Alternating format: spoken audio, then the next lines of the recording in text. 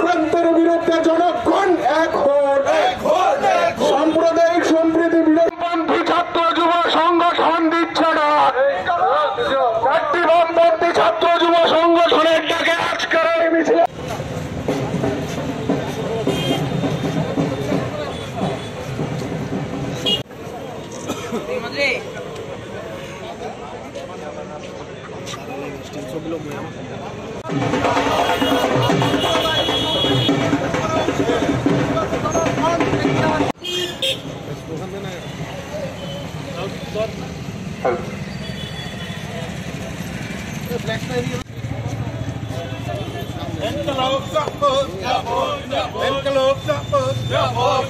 শান্তি সম্প্রীতি রক্ষায় ছাত্র যুবদের ডাকে মিছিলে দলে দলে যোগ দেন।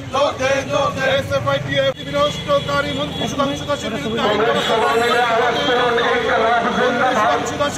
আইনি ব্যবস্থা গ্রহণ করতে হবে। রাজ্যের শান্তি সম্প্রীতি রক্ষা করতে বামপন্থী ছাত্র যুবরা সেই লড়বে। মন্ত্রী সুধাংশু দাসকে অবিলম্বে মন্ত্রিসভা থেকে বরখাস্ত করতে হবে। ইনকিলাব জিন্দাবাদ। চারটি বামপন্থী ছাত্র যুব সংগঠন দিচ্ছে ডাক। চারটি বামপন্থী সাম্প্রদায়িক সম্প্রীতি বিনষ্ট করা অবিলম্বে বন্ধ করতে হবে। নাই নাই বিক্ষোভ, নাই নাই আন্দোলন, কমরেড লড়াই চাই।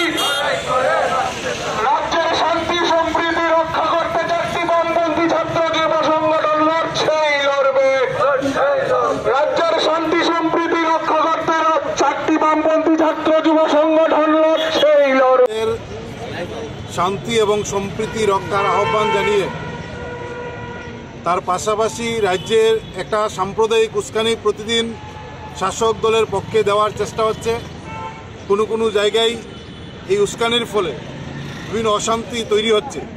আমরা দেখেছি আমাদের রাজ্যের মন্ত্রী সুধাংশু দাস সংবিধানের নামে শপথ গ্রহণ করে সরাসরি মাইকে প্রকাশ্যে প্রায় প্রতিদিন সোশ্যাল মিডিয়া ব্যবহার করে সাম্প্রদায়িক উস্কানি দিচ্ছেন।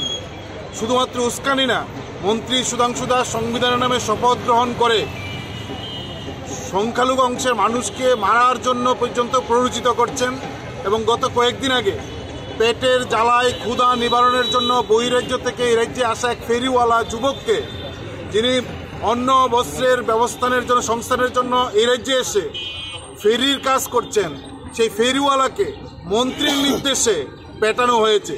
মানে মন্ত্রীর নির্দেশে যদি মানুষ আক্রান্ত হয়, মন্ত্রী যদি সাম্প্রদায়িক উস্কানি দেয়, আমরা তার নিন্দা জানাচ্ছি। আমরা রাজ্য সরকার স্বরাষ্ট্র দপ্তরের কাছে আহ্বান করছি, মন্ত্রী সুধাংশু দাস যেভাবে সাম্প্রদায়িক উস্কানি দিচ্ছে, বহিরাজ্যের ফেরিওয়ালাকে যেভাবে পিটানোর জন্য নির্দেশ দিয়েছেন, তার নির্দেশে আক্রান্ত হয়েছেন, তার বিরুদ্ধে মন্ত্রীর বিরুদ্ধে কঠিন ব্যবস্থা গ্রহণ করা। আমরা আশা করব সরকার মন্ত্রীর বিরুদ্ধে কঠিন ব্যবস্থা গ্রহণ করবেন, আইনের ব্যবস্থা গ্রহণ করবেন।